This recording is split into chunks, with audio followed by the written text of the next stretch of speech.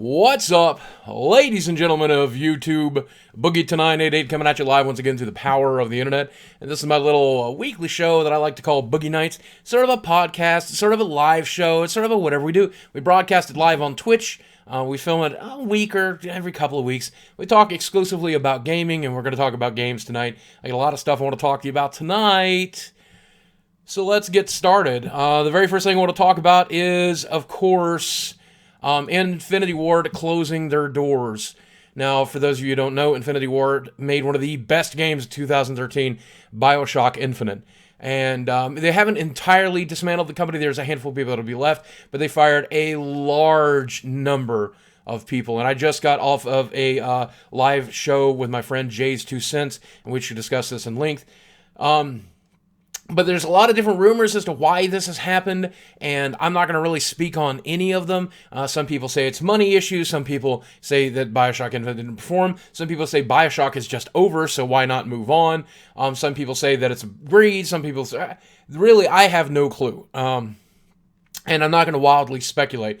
What I can say, it's unfortunate whenever something like this happens, and it's particularly unfortunate when a company that made things as beautiful as BioShock and BioShock 2 and BioShock Infinite get shut down, because those games, where they had their problems, the gameplay of BioShock Infinite wasn't particularly fun, and it would have been interesting if they revamped the gameplay and had added some sort of multiplayer element, because using those the salts and the special abilities and having those on a recharge timer so you could reuse them, and that, I think it would have been really, really interesting. So really, I guess what I'm saying is BioShock could have been rebooted, and maybe should have been. But it was nice that they stuck to the original gameplay of BioShock 1 and BioShock 2, with some in cases, major changes, mostly minor changes. But it certainly, I guess, did not pan off well. But a lot of questions remain, and I'm curious if you got answers in the comments. Why did this happen? Now, the good news is that puts a lot of absurdly talented people back into the hiring pool, which is good for the companies that are out there that are looking for new people. I could specifically see them going to just about any company in the world, though I've heard Bethesda has had a very, very close eye on them and have been sniping as many as they can. And that makes a lot of sense, because Bethesda is very much a company, of course, they make Elder Scrolls. They are very much a company that does world design like no other. So when you get the opportunity to hire the people that did Rapture, that did, I forget the name of the Cloud State. When you get people who designed those worlds, and those worlds were so deep and so rich, not just graphically, not just the way they were laid out, but in the sounds and the sights and the music and the voice actors they use. Just phenomenal game. If you haven't bought BioShock Infinite, I'd say buy it, but it was free on PlayStation 3 last month, so chances are you already have it unless you have an Xbox, and I think it's like $19 on Xbox. And it doesn't matter if you buy it anymore or not, because the company that made it is... So, whatever, don't buy it, pirate it, I don't give a shit. Don't pirate it. Don't pirate it, that's rude. Now, speaking of Xbox, we just finished the Titanfall demo weekend. You can't really call it a beta, even though it was a beta, and they did it as an excuse to test the servers. But really, it played, the build that we got was much more of a demo than a beta. Clearly, it was fully featured, except it had a lot of things stripped out of it. And this has been a fairly controversial topic for a lot of different reasons, and because I enjoyed Titanfall so very, very, very much, I want to talk about this extensively, and I want to get it out of the way. Now, if you're one of the people that found Titanfall to be boring, I'm going to say Irrational Games, not Infinity. Jeez, why did I call it Infinity? I do that every time, but it's Irrational Games, not... what is wrong with me? Anyway, thank you very much for correcting me. I'm an idiot. Maybe we'll just restart. Nope, we won't. I will stay with my idiotic accidents. This is live TV. It's live internet. It's worse. It's live internet because we don't even have a budget. It's just me and this water bottle filled with vodka. Okay, so yeah, Titanfall, man. Now, if you're one of the people that finds Titanfall to be boring, it's understandable. You're probably the guy who's played a lot of Call of Duty. You're probably the guy who's played a lot of Battlefield 4. You're probably the kind of guy who doesn't like shooters. Or you've played so much shooters, you're kind of bored with them. Me, however, I don't play a lot of Call of Duty, and I only played a little bit of Battlefield 3 and barely any Battlefield 4. I played a reasonable amount of Killzone, but that's about it. I haven't played a shooter on a e-sport level since the remake of Wolfenstein a few years back, and I guess when I say a few years back, I mean a decade ago. And I like team-based shooters. I do really like that, and 6 versus 6 is okay. I like big, massive chaos as well, and so we're gonna go ahead and pick. We're gonna go ahead and pick a little bit of the bad sides to Titanfall real quick. Number one, some people say that it's boring, and I'm going to defend all of these points, and then I'm going to prove you wrong. Some people say that it's boring, and the answer is yes, the beta build got boring after about 10, 12 hours of gameplay. 3 maps, 1 mech, 3 loadouts, hardly any upgrades, and none of the stuff that's supposed to be in the final game. Now, there are rumors going on right now that say that there's supposed to be a Mega Titan, that there's supposed to be monsters to fight, that there's supposed to be crazy, weird shit. There's supposed to be all kinds of populated NPCs and stuff to do. That is cool, man. If that's true, that is crazy, crazy cool. And so, yeah, maybe this beta build, maybe this demo build was boring, but maybe it was just enough to give us all a taste to make us want to play it. A lot of people complain about 6 versus 6. Now, if you don't like 6 versus 6, I get that. But when there's all of these grunts and all of these specters, and Lord knows on these other maps, if they're talking about giant mechs and monsters and stuff to fight, you're going to have plenty of stuff to kill that's not the other team. So, yes, 6 players versus 6 players, but 600 monsters on the board. That is interesting. That is interesting. That's fun to do. That's something I want to get into. I don't see how that doesn't sound interesting to you. And beyond that, welcome to my new sub, by the way. Beyond that, the gameplay itself is really, really good. And as they said, they can support esports. And esports is awesome. I would love to watch people play Titanfall. And I don't care. I'm going to be entirely honest with you. Like, if you're one of the people that doesn't like Titanfall, just let me say this. When you walk up to your mech and you hit E, or, I don't know, X or B or fucking 12 on your Xbox, I don't know. But when you walk up to your mech and you hit E to enter the thing, okay, and it reaches down and it grabs you by your body and opens itself up and slides you inside and closes the door for you. Or when you jump off of a building on top of your Titan and lift open its head and crawl down inside of it, and it closes the doors, and you got those cameras showing you what's on the outside, and you start stomping around, and just like literally 30 seconds ago, you were shooting grunts in the face, and you were getting shot at by some douchebag with a shotgun who barely missed you, and you jump into your mech, and you crush that guy. Or when you jump off of a building and land on an opposing mech, and start ripping its innards out and killing it. Come on. That's good stuff. That's good stuff. Now, there's a lot of people who complain, well, it's not on PlayStation 4. It's not on PlayStation 4, and I get that. And there's some exclusives. We're going to talk about one of those exclusives in a minute that are on PlayStation 4. And some people have gone as far as to say, Boogie, you told me to get a PlayStation. And now I got a PlayStation and I can't play Titanfall. And that's a very good point, sir. And I don't mean that voice sounded contradicting or condescending. It wasn't meant to be. Because that's just, some kids have said that to me. Some adults have said it too. But if you are one of those people, let me say that, yes, you can also play it on PC. And since it's a Source engine, you can play it on fairly low-end graphics too. And you should probably have a computer in your home.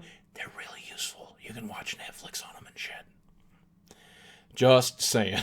But if you're exclusive with PS4 and you're not a PC player and you're not an Xbox player, you'll have to wait until next year when they probably eventually release it to somewhere you can play it. That's all I'm saying. Now, in the terms of PlayStation exclusives, 1886, the Order 1886 has been spoiled to an extent. It's shown some gameplay, and it's shown some gifs of the show. They've shown some cutscenes, and this game looks beautiful. I mean, it is straight up absolutely gorgeous. And if you haven't seen it, do me a favor, look up the Order 1886 gameplay. And if you're an Xbox fan and you don't have a PlayStation 4, and you don't have, even if you have a PC, it's not going to do any good, because this is a straight up actual PlayStation exclusive. Like, the cloth physics look phenomenal, and the gameplay looks interesting. And yeah, there's some quick time events. A lot of people think quick time events are kind of cheesy and kind of hackneyed. I get that, and they're tired of them. But I kind of still like quick time events if they're done correctly, because they can show you some really cool cinematic stuff. And the quick time events on this have shown some really cinematic stuff. And somewhere I read on NeoGAF, and I don't quote me here, but I read that it had like 10,000 or 100,000 or 500 million polygons, something to that effect, and like 600 bazillion polygons per second. And holy shit, like that's, I don't even know how to measure it by the metric, but here's what I can tell you. Realistic cloth physics. When the guy in the trailer squats down, and it's gameplay, it might be rendered by a PC, or it might be rendered with the PlayStation 4. You never know. You can never trust trailers. But when he bends down and the cloth on his coat ruffles and bends like cloth is supposed to do, my jaw just goes... I can't even believe. Now, the only downside to this is that whenever you make a game like this that looks that beautiful, sometimes they forget gameplay. So until we've played it, I can't say for sure. People are saying in the chat right now that Adam Sessler has a good demo up. So when we're done here, why don't you go, or right now in another window, go type in Adam Sessler Order 1886, and let's go look at that demo together like a family, like we used to, and we'll get to hopefully enjoy some awesome gameplay from an upcoming awesome game. And while we're on the topic, I've been preaching the end of the if you follow me on Twitter, twitter.com/boogie2988, you are familiar with the fact that I have been preaching a lot of love.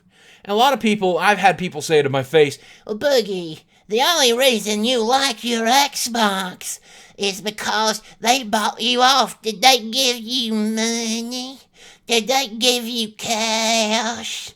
No, they didn't give me anything other than a free Xbox, which was awesome, and a free lunch with Larry, which was it's fucking super cool. I mean, I love Larry, but if you think I can be bought off for a fucking $500 machine, you don't know me at all, man. I mean, there's a sellout point, but it's got to be big money. But I like my Xbox the way it is right now. I like my PlayStation. I like my PC. I like my 3DS. I like my iPad. I like my phone. I am a multi-platform gamer, and I recommend you try to be too. Now look, I know we don't all have a lot of money to spend, and not all of us are so lucky to have made it our jobs so that we get to play video games for a living as a tax write-off, okay? I get that, okay? So it's difficult to go multi-platform. But don't hate on the other platformers just because you don't necessarily like it or just can't necessarily afford to invest in the other system. And let me put it this way.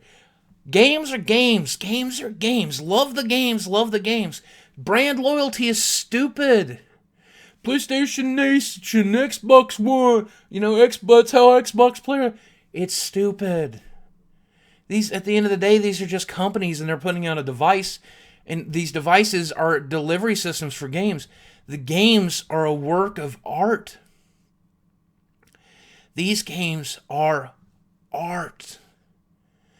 And who gives a shit what museum the art is hung in?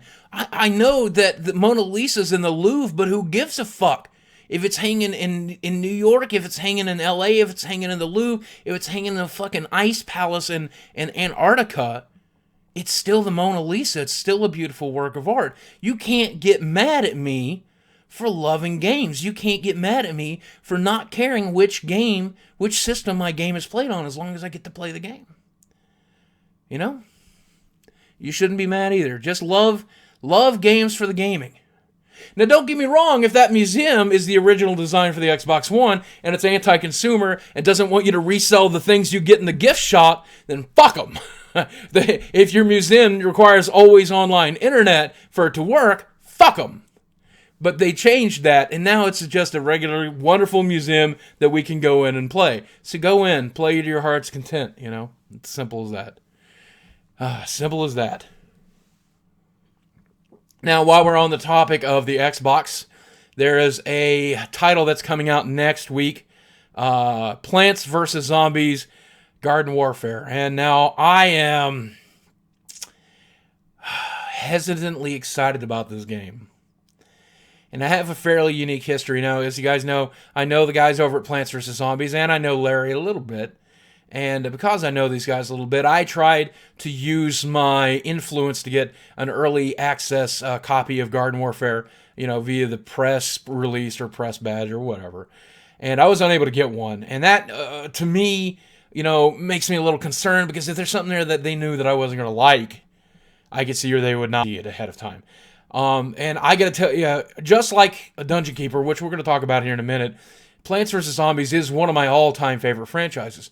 So I'm concerned that they EA'd this one. And yes, that's now a verb in my vocabulary, that they EA'd this one. And that Garden Warfare will be $15 in the store, but then have some sort of microtransactions or some sort of whatever you can buy. I don't mind if it has a store so you can buy skins for your plants, but if you have to pay to unlock classes, if you have to do that kind of thing, then that's pretty frustrating to me.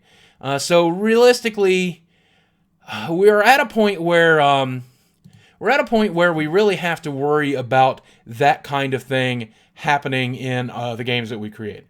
I don't know if it's going to happen with this one, and I certainly hope that it doesn't.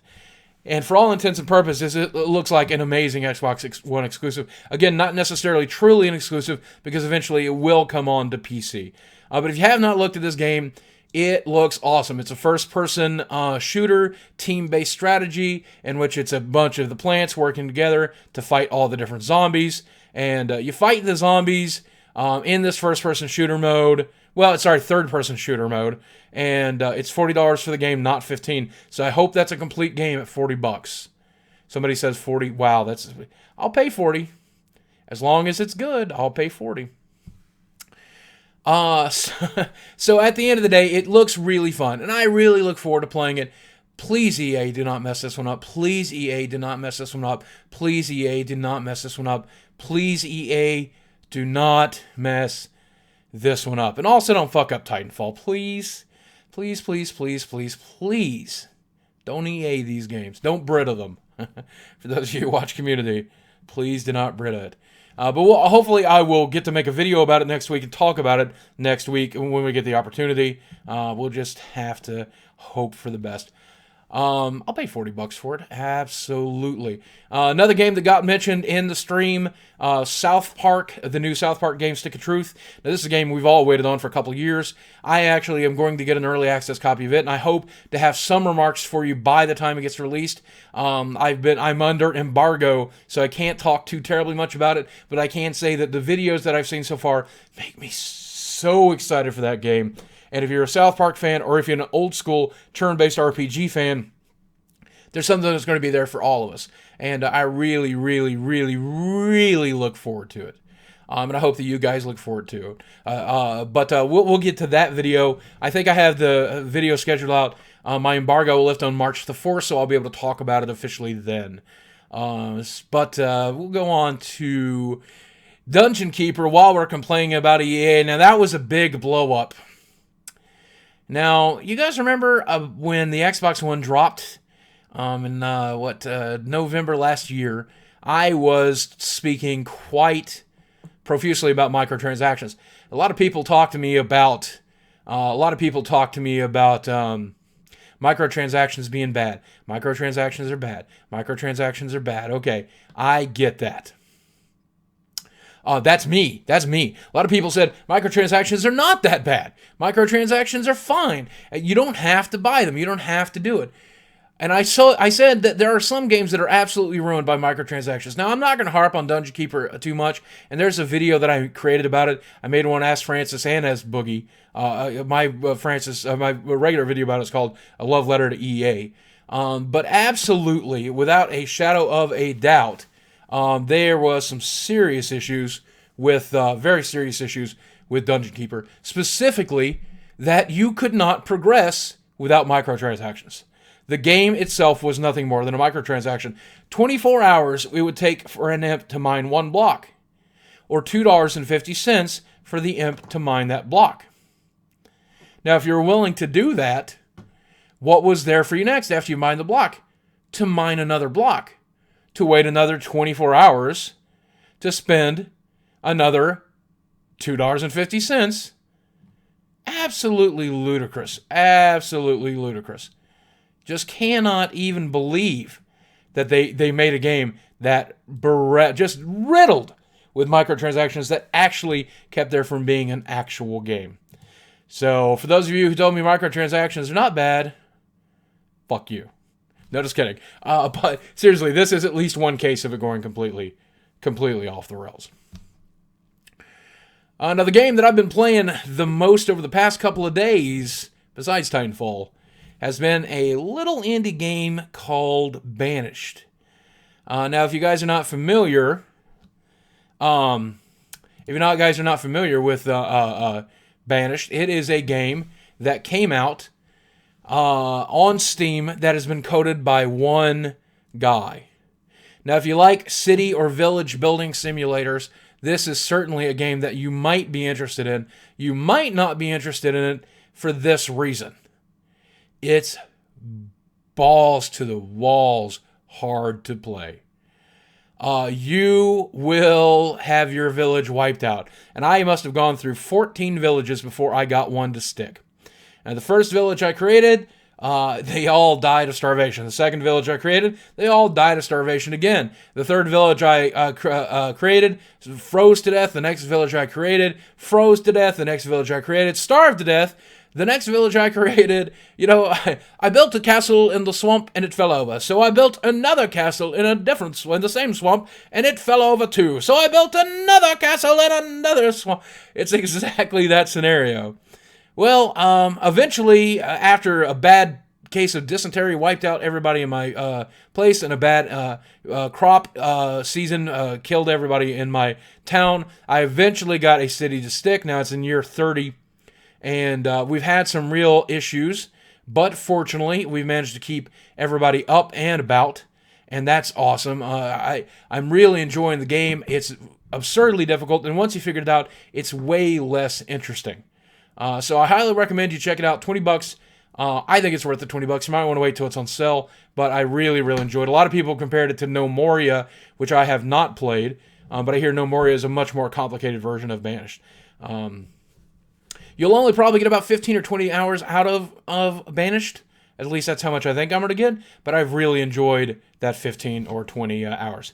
It's been a wonderful, wonderful 15, 20 hours. So I hope you enjoy it too. Now, let's see what else we have on the list. EverQuest Next Landmark. Now, I'm going to, when this show is over, I'm going to post a EverQuest landmark key on my Twitter feed. If you want it, it's yours. All you got to do is be the first one to enter it. That key has been given to me by the one and only John Smedley, an old friend of mine from back in my EverQuest days. Now, I have to say that I only messed around with a landmark a little bit. I did one live stream of it. We dug into the bottom... we dug as far as we possibly could, and we bugged out the game. One sec.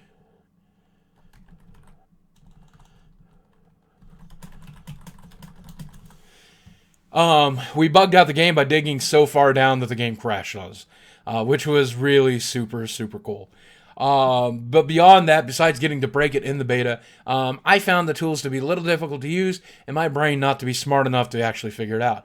However, if you get the opportunity to look at their Twitter feed and look at what people are creating who are smarter than me and better than me and more talented than me and have more time than me, they are making some of the most beautiful shit. Now, somebody in the chat, the 999999999, just said that EQ Landmark looks boring to me. Just building stuff doesn't sound like a fun MMO. Well, that's because this is not the MMO. EverQuest Next will be a full-fledged MMO that's based on world design already being built, and you'll go into that world, affect the world, fight monsters, level up, explore it, kill stuff, and then you will be able to build, I believe, your own plot of land as well. So, a lot of cool shit to do in the actual EverQuest Next game. EverQuest Next Landmark is just that sandbox tool so that you can help design and build stuff. And one of the best parts about this sandbox game and this Minecraft-ish style game is that the things that you build, if the developers like it, they're going to ask you to allow them to put it in the actual final game. You see what I'm saying? That is the shit.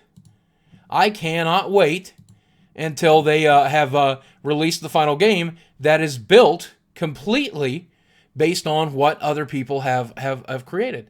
I mean, not entirely. Certainly, their developers are using the same tools to create something cool. But overall, this experience looks fantastic to me. And if I can't recommend EverQuest Next Landmark unless you're dedicated, really dedicated to a building sandbox game, and you really want to see your game in EverQuest Next when it's finally done. There's no real reason to really crawl into EverQuest Next Landmark. But if you are the kind of person that's truly, truly, truly dedicated to kind of building, you've got hours to do, then grabbing that key and playing with it is going to be absolutely one of the smartest things you'll ever do. You will literally lose your time. And you got to promise me, if you do build something in that game, better dedicate it to me. And as somebody asked how you'll use that key, we may give a couple away because I have a couple of keys left. You'll go into the Sony Online Entertainment, SOE.com website, log into your account, and there's a little place to plug in the code. So if you want to have that open while we're filming this, and you'll be able to open it up and post it in. Sorry for the folks at YouTube. I probably will be out of codes by the time this is on YouTube. The final big thing that I wanted to talk about before we threw it to the subscribers is Twitch Plays Pokemon. Now, do you guys know about this? I imagine most of you who are by the time you're seeing this, you are very well aware of Twitch Plays Pokemon. Twitch.tv/Twitch Plays Pokemon. Now, what they've done is they have taken a ROM-hacked version of Pokemon Red, and they have allowed Twitch chat to control Red in the game. So you control the trainer by typing in whatever it is you want to type in. Up, down, left, right, B, A, start. And this has been one of the most monumentally, fantastically interesting experiments I have ever seen. Now, not only have they had as many as 125,000 to 150,000 people in the chat at once, and not only has it been phenomenal to watch Red walk around like somebody who's suffering from some sort of disorder, in which he goes left, right, left, right, left, right, up, down, save.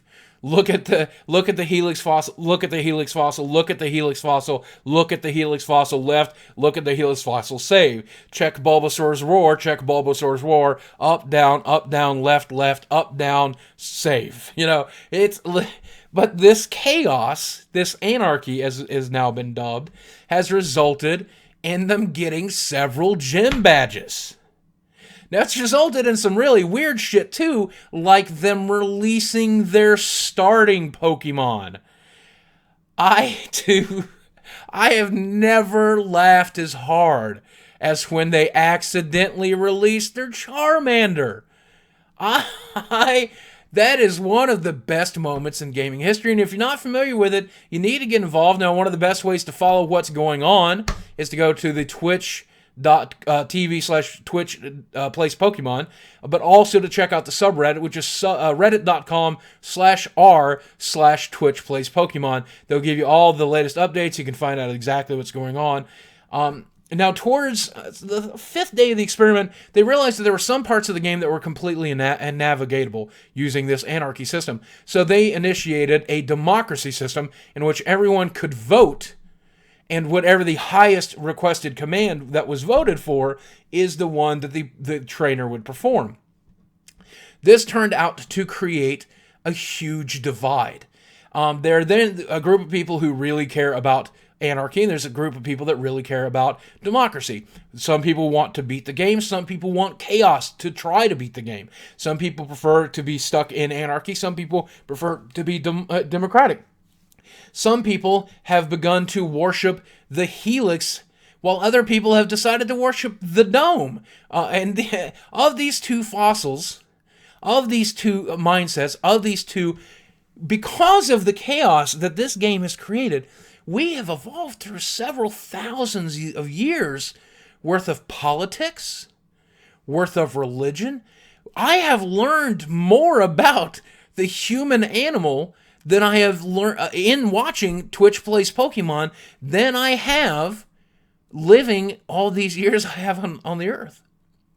And one of the most fascinating things that I've ever seen, one of the most fascinating things that I've ever seen, is on the subreddit, somebody says, I personally worship the dome, and I feel that democracy as some people call it, democracy is the correct way because we need to beat the game in order for this to have meant anything.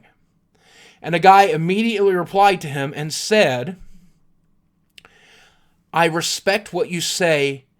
I hate you for being a domer, but I respect what you say. And somebody responded to them with, wow, is this what religious tolerance looks like? Actual religious tolerance. I can't believe what they've achieved by this simple, just silly little experiment that has performed not to just entertain us, but to just be landmark. I mean, just this is a moment in history. And if you're not involved in it, you need to be. And so many people are involved in it.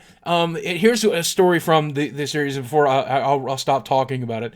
But when we beat Giovanni, we managed to beat that gym. We beat Giovanni, and then our Dig Rat, we call him Dig Rat, our Ratatat, used Dig before we could pick up the Soul Scope. That event was so epic that it trended on Twitter. For just one brief moment in time, in the top 10 trending things on Twitter, Soul Scope. Beautiful, man. You're missing out. If you're not watching it, you're missing out. I see a lot of domers and I see a lot of helixers in the chat right now, and they are absolutely going nuts. I've seen a couple Star Nines, which has been the peaceful protest that they've done. So get involved. It's good times. I wonder how long this is going to go. And it's absolutely beautiful. And simple. And that's most of the news that I wanted to talk about this week. And before we move on to speaking with the folks in the chat and taking your questions, let's say this. Right now, you and I live in one of the best times for gaming. And 2014 is stacked up to be just one of the most ridiculous years for gaming. Some of the games that are coming out this year, whether you're a PC player, whether you're Xbox, whether you're PlayStation, whether you're just playing on your fucking phone, you're playing your 3DS, you're playing your Vita, the games that are stacked up this year are so phenomenal. It's hard to even breathe. Just this quarter, the games we have coming out, we're so lucky to be alive. And we're so lucky to enjoy gaming the way that we enjoy them. So that's pretty much all the gaming news we have for this week. Now, if you're watching this on YouTube, I'm going to go ahead and continue the show a little while longer. But I'm going to be focusing on the Twitch aspect here. No harm, no foul if you decide to quit here. Or maybe we'll cut it for YouTube. Maybe we won't. All right, guys, we're going to go to all sub chat for the next 10 minutes or so. And we'll just talk to subs for a little while. So let's go ahead and get it on. Boom! Room is now currently in subscriber-only mode. Anything a subscriber says, I'm probably going to read or discuss. And then after about 10 minutes, we'll turn that off. New horror. Looks like a new subscriber. Welcome to the sub club. Appreciate it. Icy. Icy. It says, Hail the Helix. Yes, Hail the Helix, the only one that can shows the way, the true way, chaos and anarchy. There is no game, and there's no point in beating the game. There's only the chaos. Hey, X Bob, how you doing tonight? Sonic X Storm, how you doing? Angry Snake, wonderful to see you guys tonight. Welcome to the new subscribers. Really appreciate it. I truly do. You guys are keeping me in the green so that it's worth coming back to Twitch and stream a little bit and have a little bit of fun. Thane XT Jordan.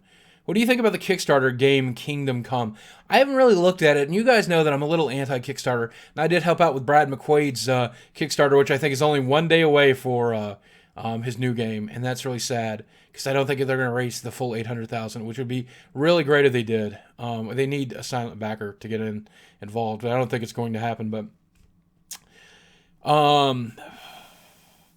Kingdom Come, I'm completely unfamiliar with that one. Is that the one?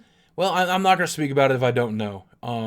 But I'm eager to find out. What's your thoughts on Deep Down and their focus on free-to-play? Free-to-play can be good and free-to-play can be bad. I really don't know enough about Deep Down to say whether or not it's going to be the good type or the bad type. I want it to be good, and I'm eager to play it. I know there was a little bit of controversy about Deep Down, about there being no female playable characters, and then supposedly the reason they did that is because it was story-related. I don't know if that's actually true. I don't know if that's a load of bullshit. I don't know enough about social issues such as sexism to be able to really discuss that. But as far as I can tell, it seems to me not that important, especially if they have a legitimate story reason to do it. They don't, and that was bullshit, then it's a big problem and expect me to go nuts. But as for the game itself, I'm eager to play it. I hope it's good. At least it's free to play, so at least I'll get to try it for free. How do I like Born of the Gods? It's kind of a boring set. I wasn't too impressed with it. The kind of stuff that I like was really not in the set. I like just a couple of cards. What race are you in Skyrim and possibly Elder Scrolls Online? I'll probably play Khajiit in Elder Scrolls Online. How long have I spent playing, watching Twitch plays Pokemon?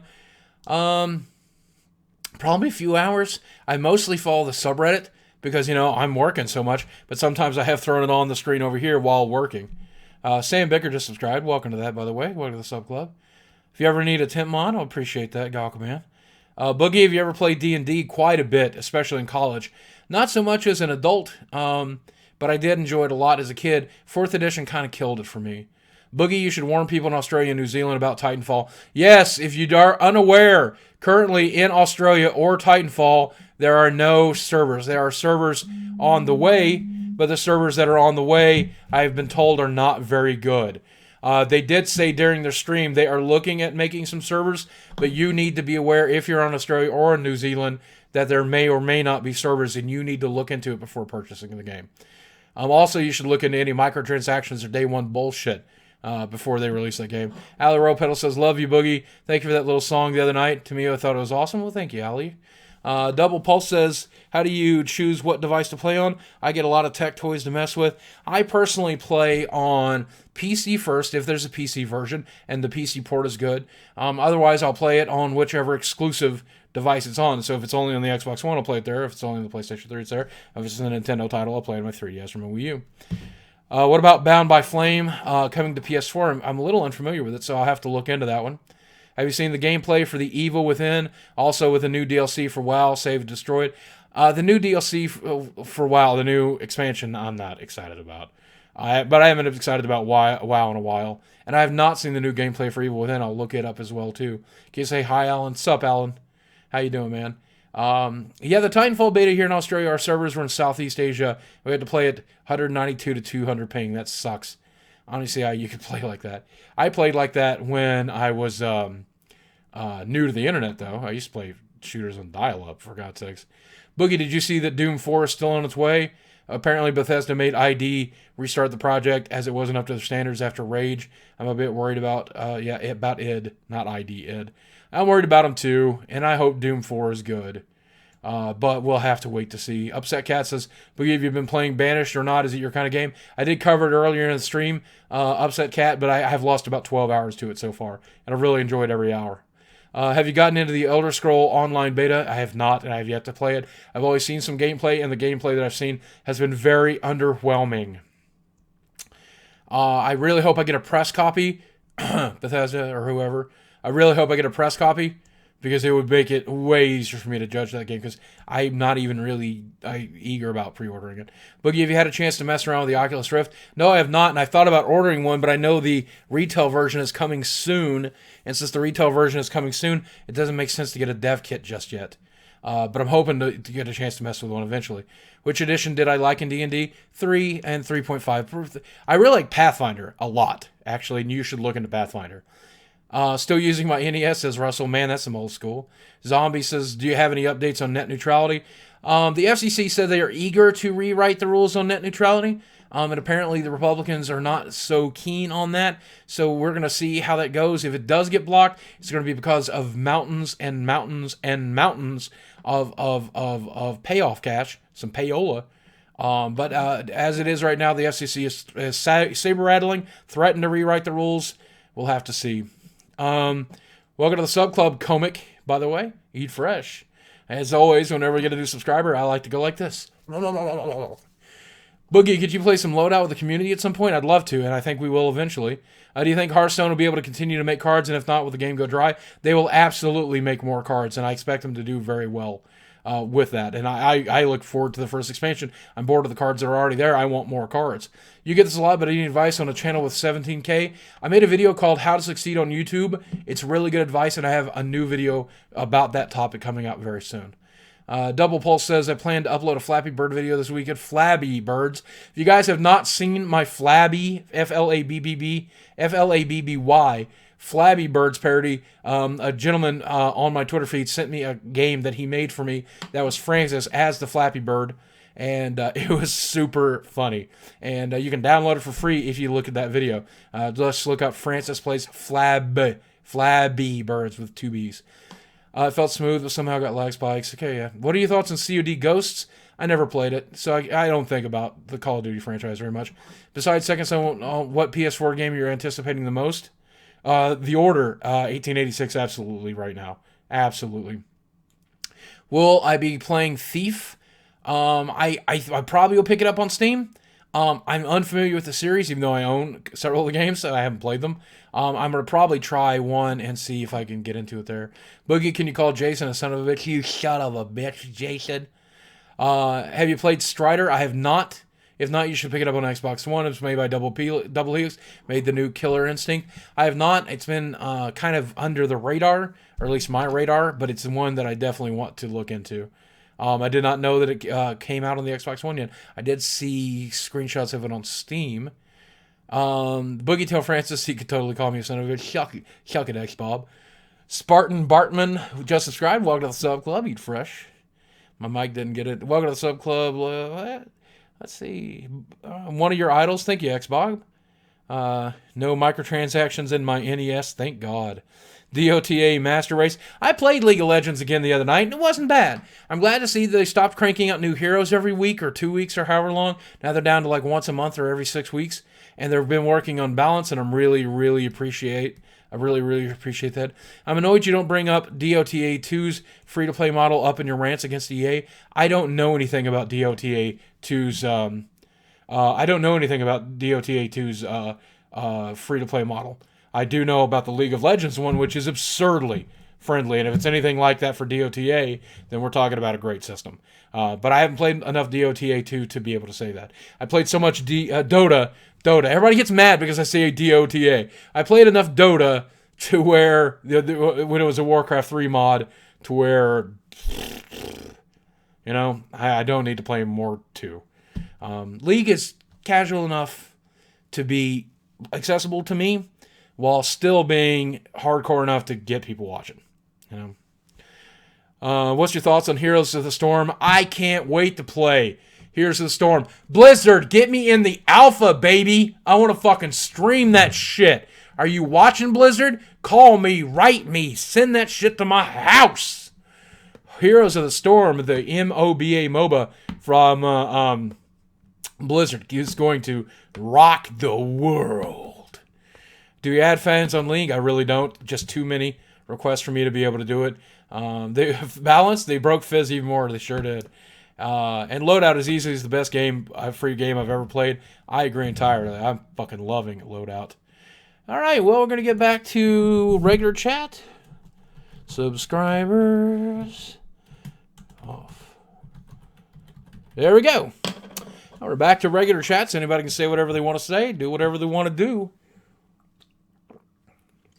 All right, well, ladies and gentlemen, I am Boogie2988. This has been Boogie Nights. Now we're going to sign off here. We're going to do the YouTube cut, and we're going to go on with our lives. So we may hang out a little bit here afterwards. I'm just going to take a 5-minute break where we'll run some ads.